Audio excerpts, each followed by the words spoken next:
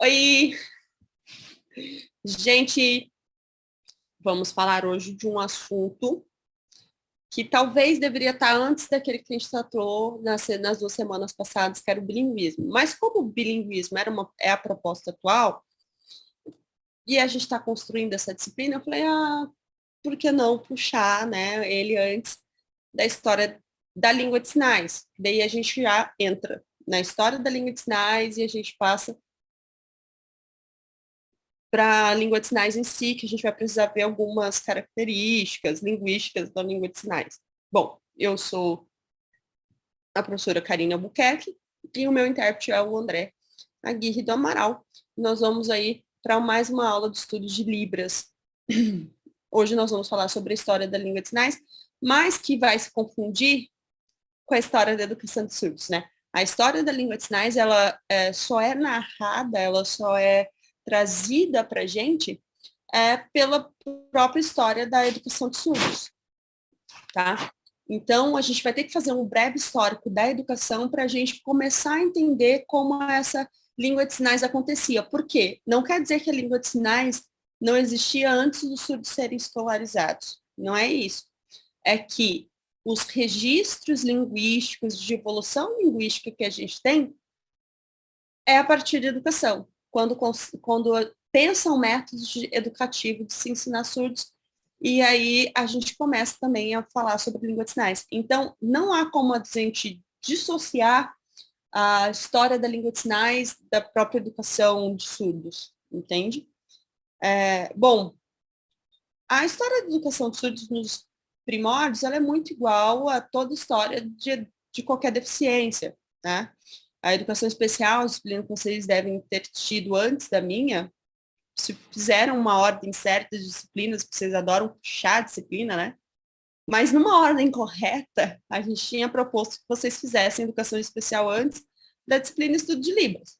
Caso vocês tenham feito nessa ordem, vocês já viram aí o breve histórico da educação especial, né? Até porque a gente tem professoras fantásticas de educação especial aí na universidade. E aí, não, os surdos não é muito diferente, né? Os surdos, eles eram marginalizados, eles não recebiam educação, eles também eram considerados incapazes, anormais, doentes, né? Não tinham direito, não tinha direitos, né? Sociais adquiridos por conta da incapacidade da surdez, não articulavam o pensamento, muita gente, numa época medieval, acreditava que os surdos não pensava, então ele não tinha cognitivo, porque penso, logo existo e eu materializo isso por meio da linguagem. Se a gente não fala, é porque a gente não raciocina, né? Então, esse início é muito igual, com a diferença de que, né, culturalmente, os surdos foram um pouco mais privilegiados por não ser uma deficiência visível, né? Não existe um estereótipo de surdez, assim como tem características de outras deficiências, como o próprio PC, paralisado cerebral, a síndrome de Down, que é um pouco mais recente de data, mas vamos pegar aí a cegueira de nascença, que você também vê os olhos, você percebe isso com mais antecedência. Enfim, essas doenças, essas deficiências, desculpa o minha gafe, mas essas deficiências que você olha para a pessoa e consegue identificar que ela tenha. O surdo não. O surdo você, ainda mais nessa época primitiva, só ia perceber que aquela criança era surda, muda, como se falava na época, surda muda, quando ela já tinha ali por volta dos 3, 4 anos, né? Que ela não conseguia falar, né? E aí ela passava a ter toda essa. Então era um pouco tardio as consequências da deficiência para ela em sociedade, muito mais do que para outras deficiências que já eram no nascer, né? Você tinha ali comunidades nômades, todo mundo me pergunta isso. Ai, professor, algumas comunidades deixavam para trás para morrer, principalmente as deficiências físicas, porque era uma comunidade nômade que se protegia mudando de lugar. Então, era complicado levar mais uma pessoa ou aquilo que parecia um fardo quando se estava em perigo, né? os surdos não faziam parte desta realidade de uma forma geral. Bom, então, o que tem de diferente? Vamos começar a falar do que tem de diferente na história da educação de surdos da própria história da educação especial. Primeiro que a educação de surdos ela acontece anterior à história da exploração da pessoa com deficiência, né? Então, a gente tem aí, lá pelos anos de 1700 e eu não sou muito boa com data, que eu acho que a gente não precisa saber ano, a gente precisa saber período, né? Mas no final dos anos 1700, a gente começa a ter ali na Europa alguns indícios de que existiam métodos de ensino para pessoas surdas, né? A gente não tem divulgação desses meios de ensino, justamente porque esses métodos de ensino eram desenvolvidos por pouquíssimas pessoas, né? Geralmente religiosos, para pouquíssimas pessoas mesmos, que eram aqueles surdos que nasciam em família de pessoas com posses, né? O que a gente chama hoje de burguesia. Mas na época os senhores feudais, os nobres, enfim, aqueles que tinham algumas posses, né? Então, estes surdos, que já era uma minoria entre os surdos, que nasciam nessas famílias, a família buscava de alguma forma um jeito de educá-las. Então, as pessoas que desenvolviam algum método um pouco exitoso para a educação dessas pessoas, nem que seja falar ou escrever, basicamente, eles não divulgavam esses métodos, até porque era um nicho de trabalho que se eu divulgar, outra pessoa pode fazer e pode fazer até melhor do que eu, né? Enfim. E aí eu perco a minha demanda que era pequena. Enfim, mas eu quero dizer que já de 1700 e alguma coisa já se tem registros de que começaram a se educar surdos de alguma forma na Europa, né? E aí você tem lá em Pedro Ponce de León, né, que é um importante divulgador da língua de sinais, que ele vai educar surdos ali na Espanha e ele começa a divulgar, ele era um monge beneditino, e ele começa a divulgar esses métodos, né, a arte de ensinar surdos mudos em espanhol, que é o primeiro livro que a gente tem na história desse ensino. Só que o método mais famoso que nós temos na educação de surdos foi em Paris, 1759, que Lepé, eu não sei se pronuncia assim, porque eu não falo francês, né? O André está fazendo o sinal dele aí, que é um sinal importante. Lepé era um religioso, não tem muita precisão de que tipo de religião ele exercia, mas ele era tipo o Padre Francisco. Eu não sei, eu não sou católica, me desculpem, mas assim, que se doava e doava os bens, acho que franciscano, não sei. Ele era de uma ordem religiosa que fazia caridade, né? Mais do que todas as outras ordens, porque na religião a gente tem a parte caridosa, filantrópica muito forte. Enfim, e esse cara, Lepé, ele fica ali aos redores de uma praça em Paris e ele começa a perceber que tem algumas pessoas ali que se comunicam de uma forma diferente. E aí ele começa com 4 pessoas nessa praça a perceber que eles se comunicam. E ele vai para essa praça observar durante o período essa comunicação, né? E ver também que eles são muito marginalizados, que eles vivem alheios à sociedade, eles não têm direito, eles não têm trabalho, então eles vivem nas ruas de Paris, eles eram muito marginalizados. E aí Lepé tem a ideia de ensinar o francês escrito para eles terem algum conhecimento, e ensinar também algum ofício para ele. Ele vai até a igreja, e a igreja cede uma sala para ele poder ensinar essas quatro ou 5 pessoas que ele encontrava ali naquela praça. Para isso, ele usa os sinais que ele aprende com essas pessoas para ensinar o francês escrito, né? Então, é o que ele chama de método manualista, que era o emprego dos gestos, né, na época dos gestos feitos com a mão, como mediação do ensino da língua escrita francesa, porque ele não sabia ensinar surdos a falar, por exemplo, né? Mas ele sabia que eles poderiam aprender francês da forma escrita, e ele conseguiu um êxito. E aí, de 3, 4, a notícia foi se propagando por Paris, isso foi aumentando, aumentando. E quando surgiu uma demanda consistente, o trabalho dele provou-se eficaz, que ele conseguia realmente ensinar os nomes, as frases, eles lerem, né, e poderem responder questões simples que seja, você está com fome? Sim, quero comer. Buscaram, então, junto ao governo, né, as entidades governamentais de Paris, um espaço, né, e foi cedido para ele, a princípio, um espaço pequeno, que foi se ampliando, por quê?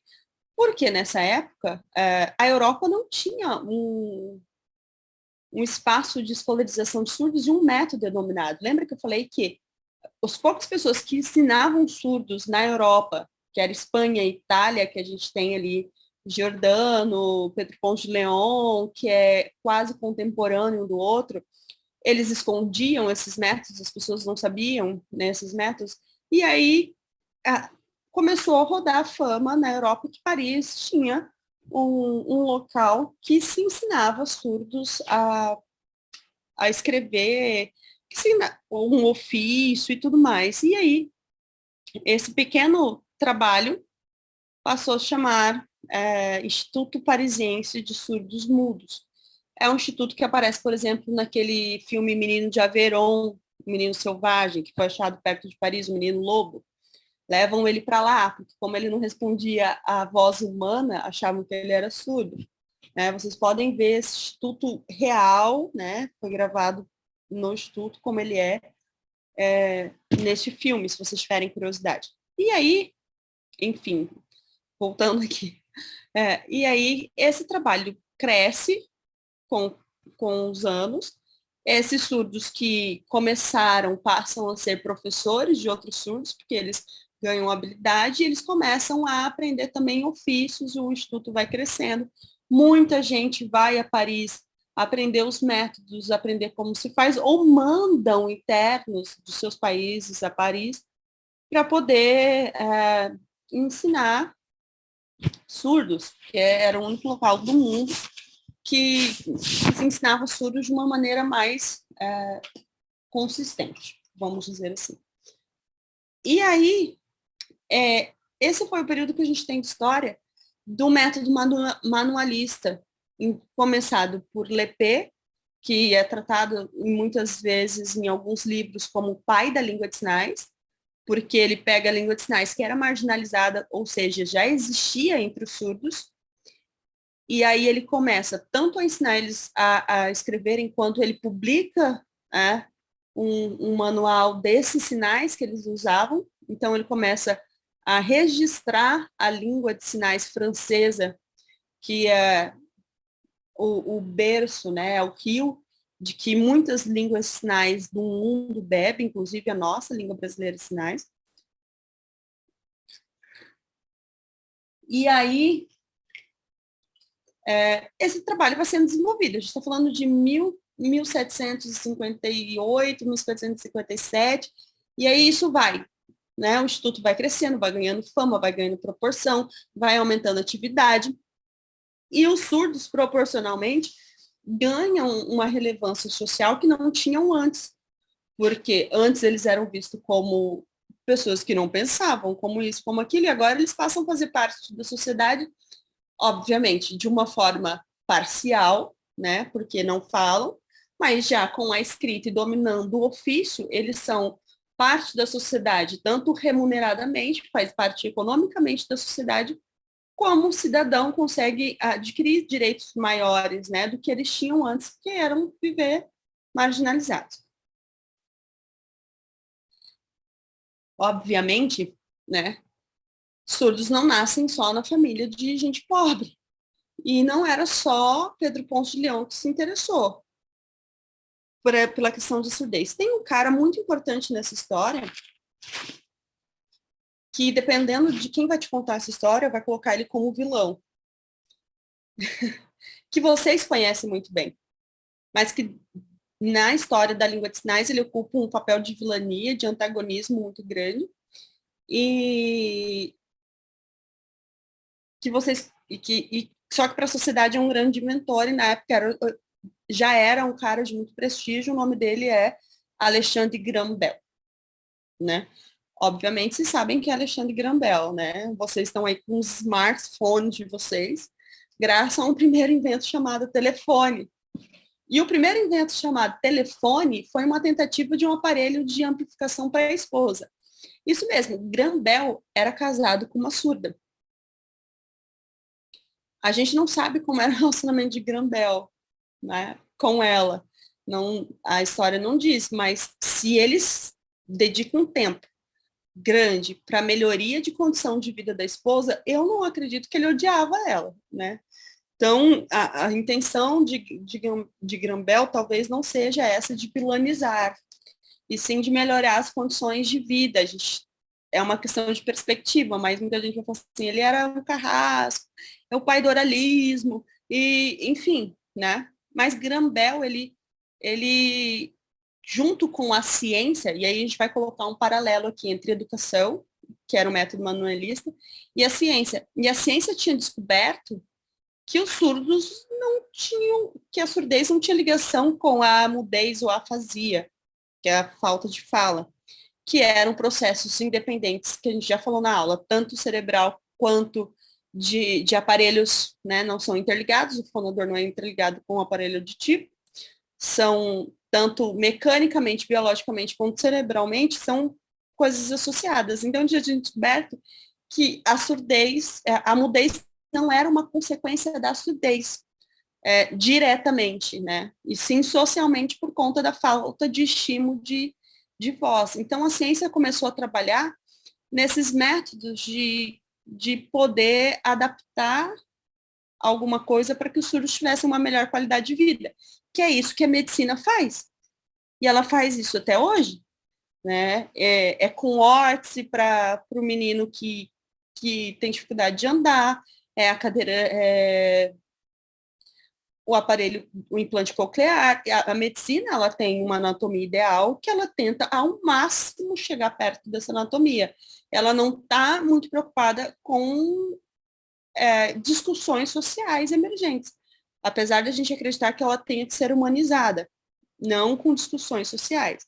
E nessa época, a discussão da surdez era uma discussão muito mais social e continua sendo uma discussão muito mais social do que uma discussão científica. O que a ciência tratava era a dificuldade de ouvir e logo a dificuldade da fala. Então, eles queriam melhorar as condições da audição para que pudessem os surdos falarem e assim serem inseridos na sociedade. Era este o pensamento de Graham Bell. Tanto que ele tenta fazer um aparelho auditivo. Todas as lojas de aparelhos auditivos do Brasil e do mundo vão se chamar Alexandre Graham Bell, inclusive a de Campo Grande, que fica na Mato Grosso. Porque isso é uma invenção dele, o aparelho auditivo é uma invenção de Graham Bell.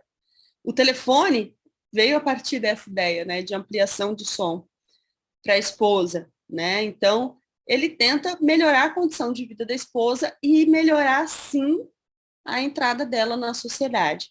Só que o avanço da visão clínica foi se dando ao longo dos anos, assim como, em paralelo, a educação no método manualista, né? E aí, esses pensadores que falavam assim, olha, vamos fazer um método oral auditivo, porque eles podem ser inseridos mais facilmente na sociedade, o método do oralismo, eles começaram a adentrar a educação, dizendo o quê? Se a gente colocar o oralismo como base da educação e logo na educação, isso vai se desenvolver, eles vão se desenvolver socialmente muito melhor, né? E aí começou a travar uma guerra entre os língua de sinais, vamos colocar assim, entre a língua de sinais e o oralismo, né? Porque uma já era o método manualista tinha base nos sinais, e uma queria se colocar, né, no lugar dela, na tentativa de melhorar, né, essa inserção na sociedade, que é ouvinte, e que vai falar para uma língua majoritária oral, né? Então, foi se colocando, e aí eu gosto de dizer que esses slides foram tirados, gente, um parênteses, parte deles da tese de uma surda, de uma professora de letras livres surdas, que publicou a sua tese, não lembro se foi dissertação ou tese agora. Então, é uma visão muito parcial a respeito disso, porque tem um ser surdo ali gritando. Então, os surdos passam a ser vistos como deficientes. Eles sempre foram vistos assim. Isso é importante ressaltar. Eles sempre foram vistos assim. Não era porque se ensinavam os surdos no meio manualistas que a sociedade tinha mudado a forma de conceber os surdos. Eles eram ainda deficientes, né? E aí é uma eterna briga da surdez com a sociedade. É deficiente, não é deficiente, é minoria linguística, e isso daí é um assunto para uma outra aula. E aí, aconteceu dentre, né, esses avanços, essa polaridade que a gente tem conhecido muito bem nos dias atuais, que é a cristalização de discurso, né, essa polaridade, aconteceu um congresso em 1988 que foi voltado, uma das principais pautas para nós, né, o nosso legado deste congresso foi, a partir daí, o método oralista também na educação de surdos, não só na parte clínica, né? Foi o período que eles chamam da educação clínica terapêutica, porque a clínica adentrou a escola e passou a ser um método de ensino. Né? E aí a gente podia aqui ter uma aula só sobre o Congresso de Milão, falando quais eram os argumentos do oralista e quais eram os argumentos do, do pessoal da língua de sinais. O importante que eu quero dizer para vocês é que nós somos sobreviventes dessa época. Todavia, não somos sobreviventes dessa época, todavia nós somos atravessados pelas narrativas construídas historicamente e pelas ressonâncias das decisões tomadas neste congresso. Este é um trecho muito importante que eu queria destacar para vocês, que é uma publicação que vocês vão ver aí já de 2022, desse ano, porque esse carinha aí, ó, Rodrigues, ele é uma pessoa que não sabia Libras, um historiador, que foi fazer o mestrado dele, e aí a única pessoa que tinha lá para orientá-lo era uma Coda é filha ouvinte de pais surdos, que toda a produção científica dela está no campo da educação de surdos e da língua de sinais.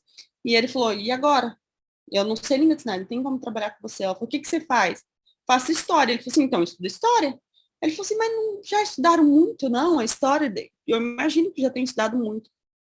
E aí ele foi olhar a história da educação de surdos e ele descobriu que tudo que a gente produziu até hoje sobre o Congresso e sobre a história da educação de surdos aqui no Brasil é baseada em relatórios traduzidos do inglês, que não se tinham traduzidos as atas originais do Congresso, né? E aí ele foi atrás das atas do Congresso, que eu falei assim, ó, é um trabalho bom. A princípio, a gente vai fazer a tradução das atas do francês e vão publicar, porque ele falava francês, ele sabe francês, né? Vão publicar as atas do Congresso pela primeira vez em português, traduzido do francês direto para o português. E aí ele foi atrás das atas, o Instituto Parisiense, né, de Educação de Surdos, que existe até hoje, sim, mas está no site, faz parte da história. É só você baixar no site. E ele descobriu que era fácil o acesso. E aí ele tem as atas e os relatórios e tudo mais, e ele faz essa tradução, e aí ele não só faz a tradução, como ele começa a perceber que muito do que a gente foi publicado e a gente ensinou até 2021, que foi a data da publicação da dissertação do José, né, do José Rodrigues, eram equívocos. Eram equívocos. Então, eu preciso dizer para vocês que se vocês forem fazer alguma prova fora da universidade sobre educação de surdos, vai cair o que a gente acreditou até 2021. Dificilmente vai cair o que a gente descobriu, mas é uma descoberta que merece relevância e merece a gente falar sobre ela, né? Justamente por conta dessa afirmação que eles fazem nesse recorte da dissertação. Nós somos construídas historicamente a partir das coisas que foram publicadas até hoje, não só pelo Congresso, mas pelas coisas que nos contaram sobre o Congresso. Então, dificuldade dos surdos, por exemplo, em aprender o português, tem uma cicatriz enorme aí do Congresso de Milão. E por que tem essa cicatriz enorme do Congresso de Milão? Não só porque instituiu-se um método oralista, mas porque foi nos contada a história de uma outra forma, entende? Com alguns equívocos. E a gente tem um erro histórico, um equívoco histórico aí, que ecoa até hoje na educação dos surdos, que é o surdo que vai chegar para você lá na escola. Então, uma coisa importante que o José vai falar para a gente é que a discussão não começou e terminou no Congresso de Milão. Ele não chegou lá já, tipo, com essa pauta é a pauta do oralista. Né? Não, existiram 2 congressos importantes antes deles que ninguém fala, mas as discussões profundas, afíquas, a respeito deste tema, oralismo na educação dos surdos, foram feitas neste congresso, que foram até mais importantes do que o Congresso de Milão, que na realidade foi só uma resposta a esses 2 congressos, né? Uma necessidade que emergiu desses 2 congressos. Bom, quais eram, então, as propostas, as pautas do Congresso de Milão? Vantagens e desvantagens do internato, que ainda era em modelo de internato, tempo de instrução, né?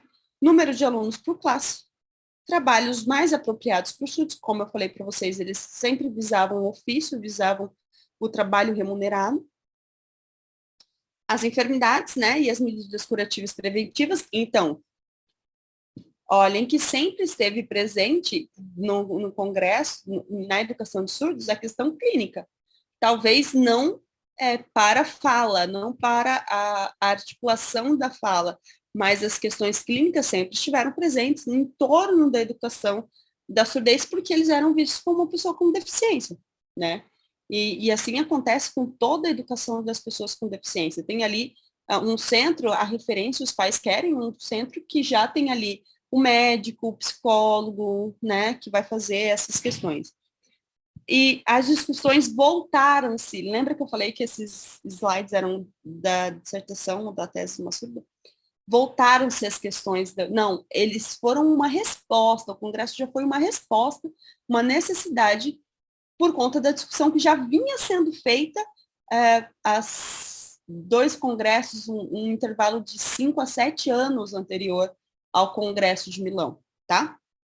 Então, o que a surda vai dizer para a gente? Que foram 164 votos, 160 contra a língua de sinais, 4 votos a favor, 50 desses eram oralistas franceses, 66 italianos, 74% eram, a maioria era da França e da Itália, e que a Grã-Bretanha e os Estados Unidos votaram a favor da língua de sinais. Aí ele fala assim, que sujeitos surdos eram excluídos da votação.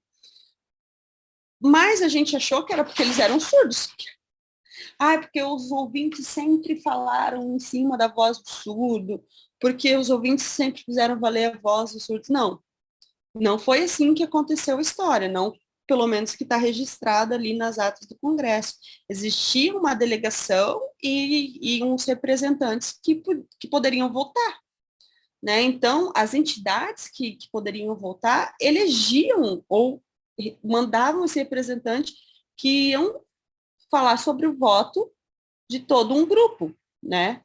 E dentro desse grupo existia, sim, surdos, que, por exemplo, um grupo era o ouvinte que votava, mas neste grupo existiam surdos. E este grupo mesmo debatiam entre eles, não foi, assim, uma coisa aceita. E os surdos não puderam falar, não, existiu só no Congresso de Milão, 21 trabalhos inscritos de surdos para defender o uso da língua de sinais. E eles falaram em plenário. Eles discutiram com um total de delegados votantes. teve fight, né, como a gente fala, teve briga, não foi aceito assim, sem ouvir os surdos, não, eles foram ouvidos. A argumentação que talvez tenha pendido para uma outra proposta que naquela época ainda não tinha sido testada. Bom, outra coisa que a gente vê muito, né, que a gente sofre consequências disso, é que o que eles falam que aconteceu depois do progresso? Que os surdos perderam seus empregos, porque não tinha sentido mais ter professor surdo se era oralista. A língua de sinais foram forçadamente substituídas por métodos orais. Vale lembrar que o Congresso decidiu apenas por filosofia de ensino, modelo de ensino. Nunca se proibiu no Congresso a língua de sinais como meio de comunicação social. Até porque, se a língua de sinais ainda existe e resiste a esse processo, mesmo não tendo ela na educação, é justamente porque ela nunca foi proibida. Nunca existiu uma lei que proibisse língua de sinais. Cadê a lei que proíbe a língua de sinais? O Congresso não diz assim, é extremamente proibido conversar em língua de sinais. Estavam falando de modelos de educação, né? A qualidade da educação de surdos diminuiu, e daí a gente pode concordar ou discordar, porque depende muito de referencial. Daquela época para essa época, a gente não tem esse referencial contextual de que era melhor e piorou. Citando Gabriela Prioli, quais são os indicadores de melhor ou pior? A gente não tem. Então, eu não posso dizer, né, que para vocês, com toda certeza, que piorou. Eu sei que a educação de surdos sempre esteve a desejar, sempre, sempre, sempre, sempre, né? Então, ainda continua, mesmo sendo um método, voltando ao método manualista, né, que a gente chama de bilinguismo, ainda continua a desejar, né? Então, enfim, fracasso na educação de surdos devido à predominância do oralismo. Então, a educação de surdos fracassou e os ouvintes se impuseram, uma forma pura de ouvintismo, onde os ouvintes se impõem através dos surdos, subjugando os surdos. Bom, antes do Congresso de Milão, qual que era a visão que os surdos tinham antes do Congresso de Milão? E isso é contado, é propagado. Existem momentos na comunidade de surdos que a gente ouve sobre o Congresso de Milão. A gente é confrontado com o Congresso de Milão. Às vezes a gente recebe crítica como ouvinte, como você quer voltar lá no Congresso. Né? Quando eles querem nos ofender de alguma forma, quando a gente está num embate, principalmente discutindo educação, essa ofensa. Então, a gente precisa entender como isso funcionou, como essa narrativa funcionou até 2021. Né? Então, a língua de sinais era valorizada. Os povos surdos não tinham problemas de educação. Eu confesso que essa eu nunca concordei muito. Falei, como não tinha, gente? Eles nem tinham educação, eles estavam em processo de conquista de educação, enquanto a sociedade já formava ali médicos, doutores, advogados, e eles estavam aprendendo ofícios e, enfim.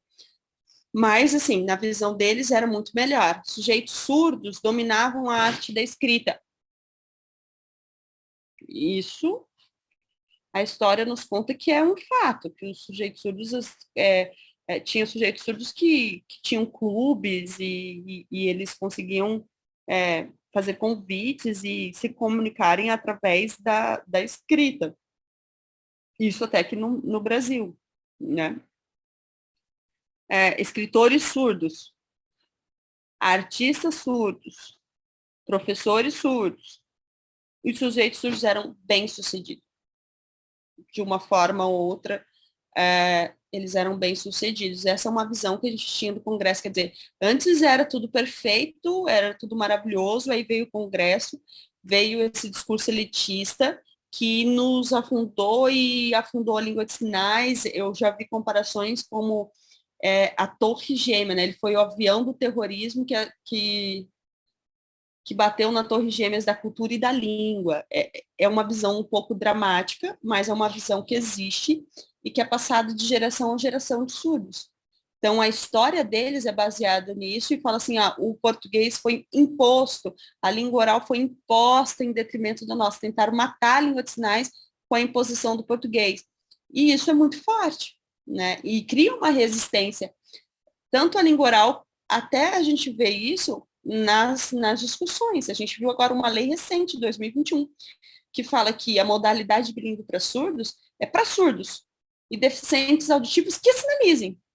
Quer dizer, se você tiver perda auditiva e só oralizar, você também não entra nessa comunidade, você também não está no mesmo direito, você não faz parte desse grupo.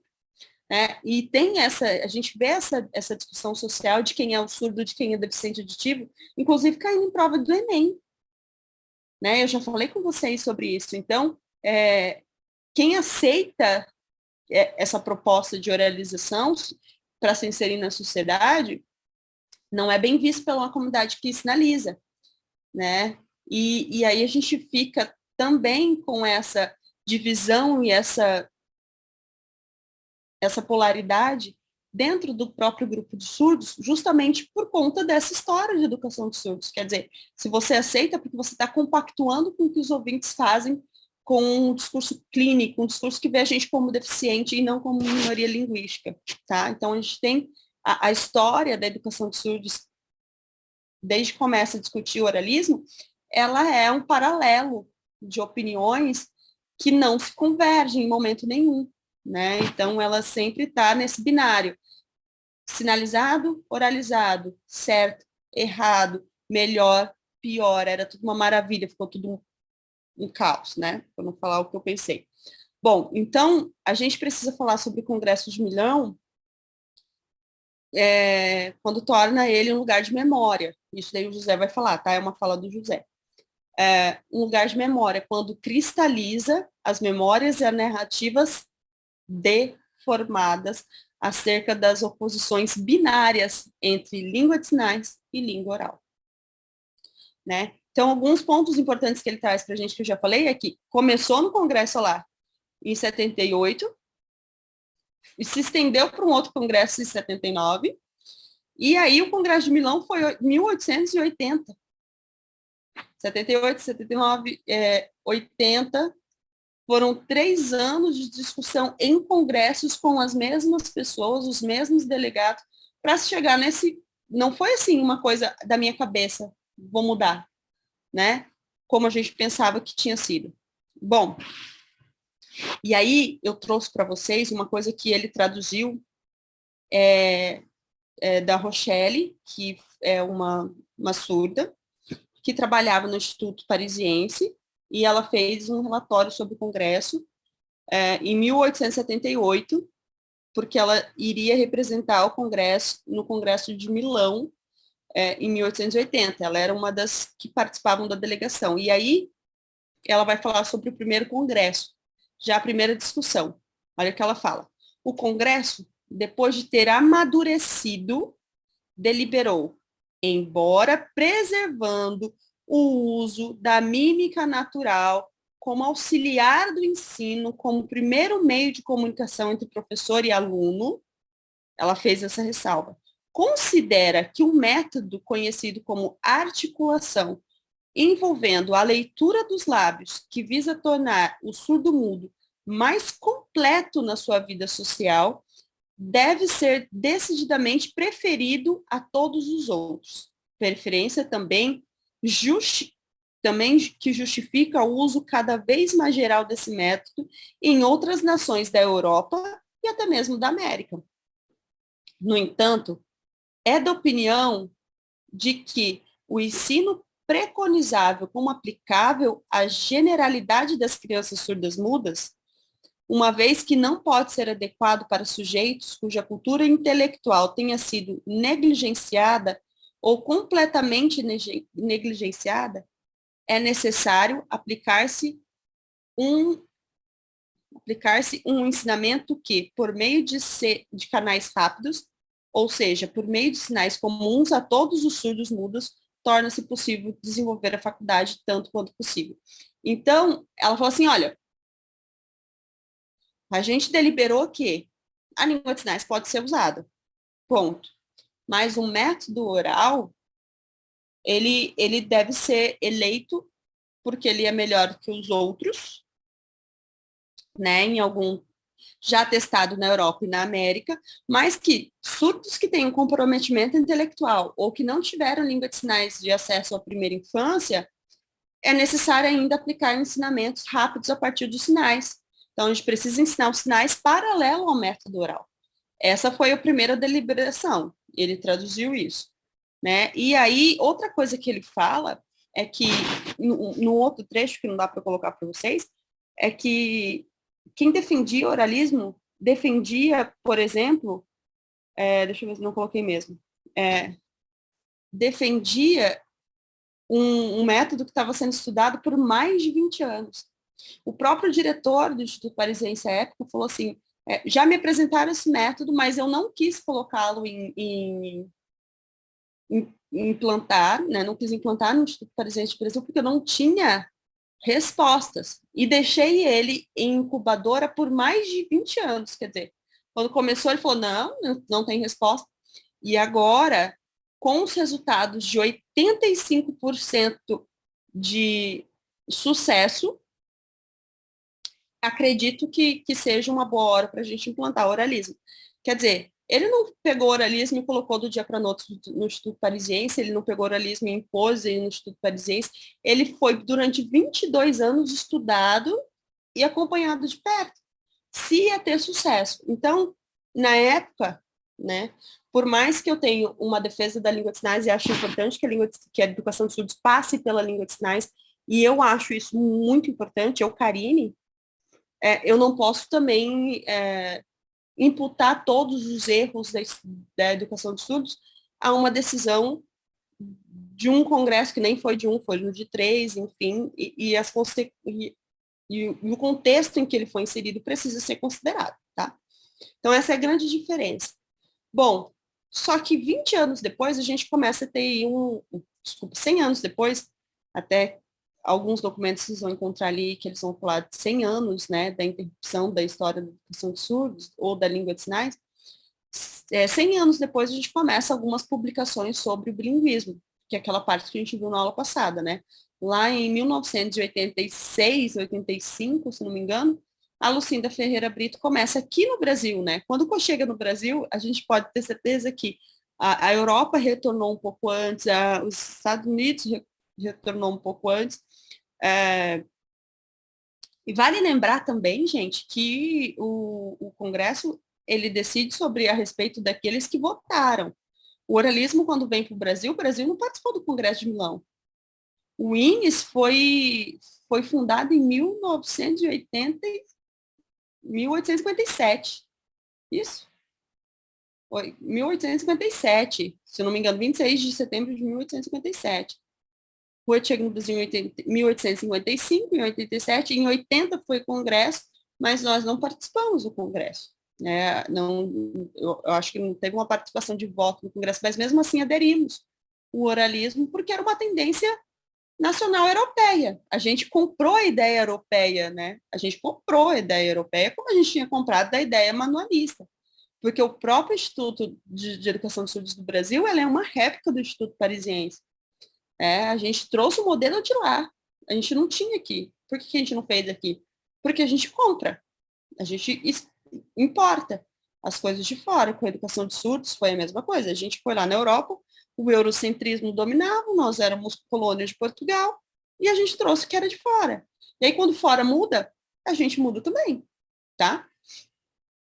Mas em 85 a gente começou a falar sobre o bilinguismo, que é essa proposta aí que vai falar que tem como pressuposto básico que ele tem que adquirir a primeira língua, né, a língua de sinais, que é natural dos surdos, e a segunda língua como língua oficial do país, e que a educação dele tem que passar pelas duas línguas, tá? Isso é muito importante.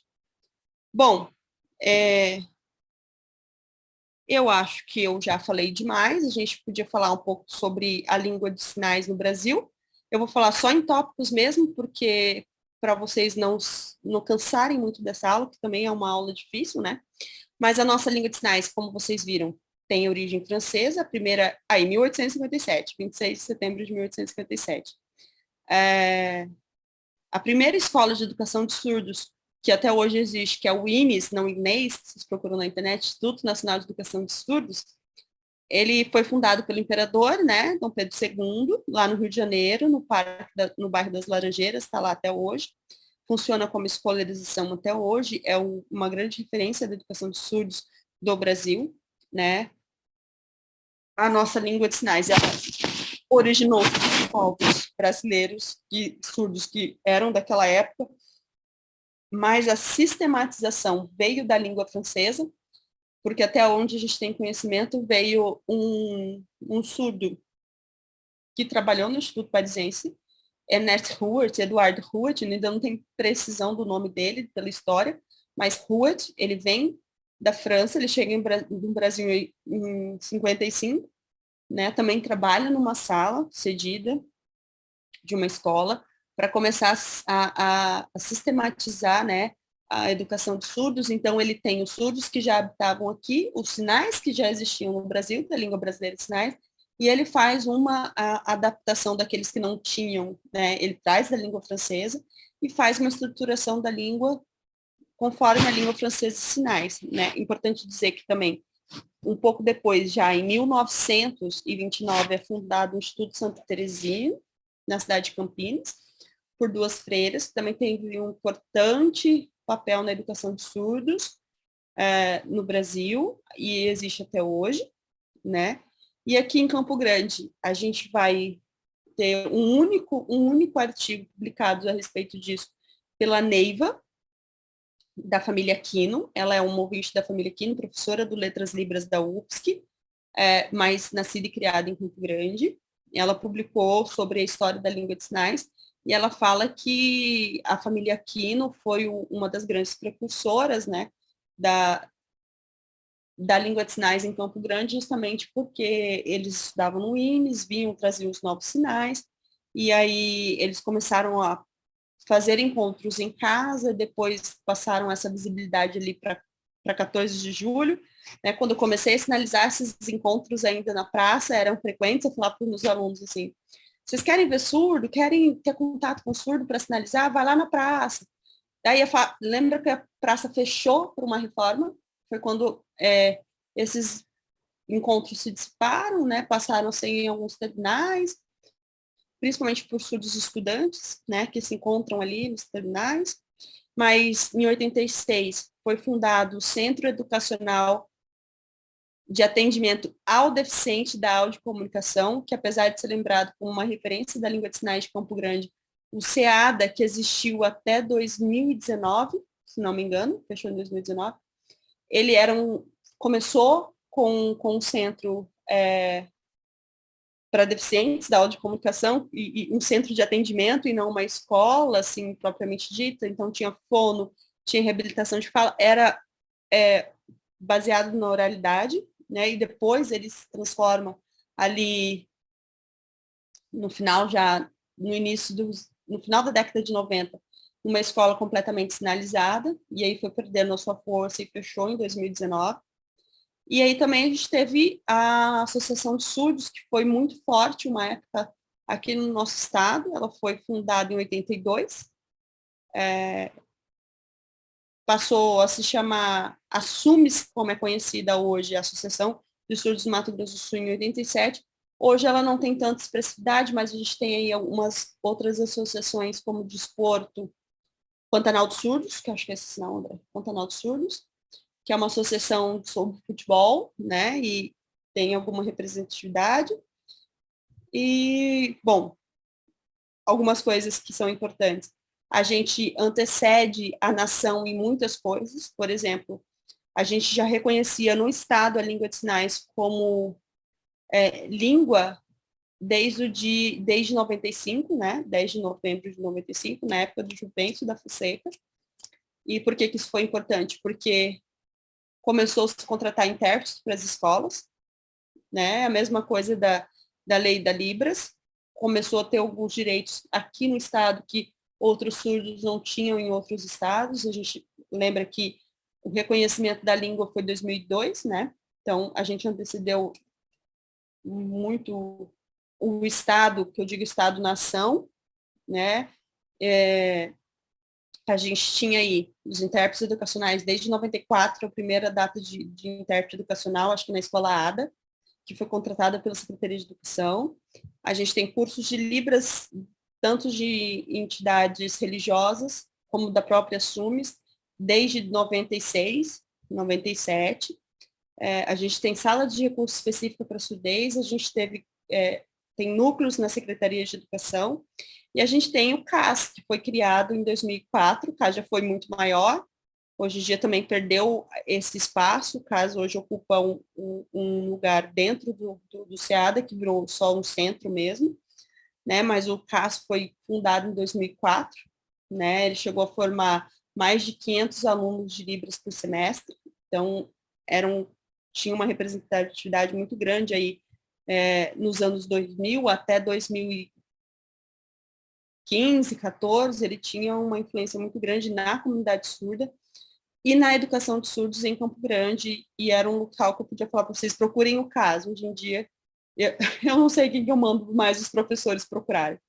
Bom, então é isso que a gente tinha para falar, né, essa referência do artigo, se vocês quiserem procurar, vou colocar ele também lá para vocês na pasta, vou mandar para a Elaine colocar para os alunos dela. Essa é a história da educação de surdos, ela teve esses percalços todos, né? Existe toda essa contradição e esse dualismo, esse binarismo, essa polaridade de discursos que a gente tem que enfrentar como parte dessa comunidade, mas que vai, de alguma forma, ter influência naquele seu aluno ali quando ele está em processo de aprendizagem. Ele sempre vai pensar a respeito de uma sociedade que marginaliza, a respeito de uma sociedade que oprime, né, e que uma sociedade que tenta minimizá-lo de alguma forma, e como se ele não fosse participante do discurso, né? E aí eu converso com os meus alunos numa próxima aula sobre didática, que a gente vai falar sobre as atividades, como enfrentar essas questões históricas que fazem parte da identidade do surdo, porque eles vão falar muito de identidade surda, de cultura surda, e essa história que eu mostrei para vocês, até 2020, né, que é a história mais genuína, faz parte da identidade surda, da cultura surda. Existem eventos para se discutir, se contar o que aconteceu no Congresso de Milão, né, e para surdos menores, justamente para eles fazerem parte desse ser surdo, de saber que existe uma coisa chamada ouvintismo, um termo que foi inventado aí foi colocado, conceituado a partir dos estudos de Skiller, que vai dizer que é sobre essa imposição do ouvinte, né, sobre não deixar que o surdo seja protagonista da sua própria história. Né? E aí a gente tem que falar assim, olha, não foi bem assim, como a gente vai trabalhar essas questões em sala de aula, dizer, numa posição de que eu não estou me colocando acima de você ou te subjugando, e você tem voz, você pode participar de toda a parte escolar, didática, né? Você não é um produto do Congresso de Milão, você não é um produto da história, você está fazendo história a partir de que você está naquele contexto da sala de aula, com aquele aluno surdo, com aquele intérprete. Por quê? Porque essas narrativas são muitas vezes reafirmadas pelos professores em sala de aula, quando os professores negligenciam esse ensino. Né? E aí a gente continua insistindo num erro histórico por uma postura. Por uma postura que afasta cada vez mais do conhecimento, apesar de achar que isso não tem que ser responsabilidade totalmente de outra pessoa, e sim do aprendiz, mas a gente pode afastar um pouco mais o surdo do aprendizado ou aproximar muito mais quando a gente conhece esse contexto histórico que ele está inserido, entende? E por isso é necessário essa aula para a gente conversar depois sobre as nossas práticas pedagógicas, metodológicas de intervenção com alunos surdos, tá bom? Eu tentei fazer o mais rápido possível. Obrigada, gente. Até uma próxima aula. Tchau, tchau.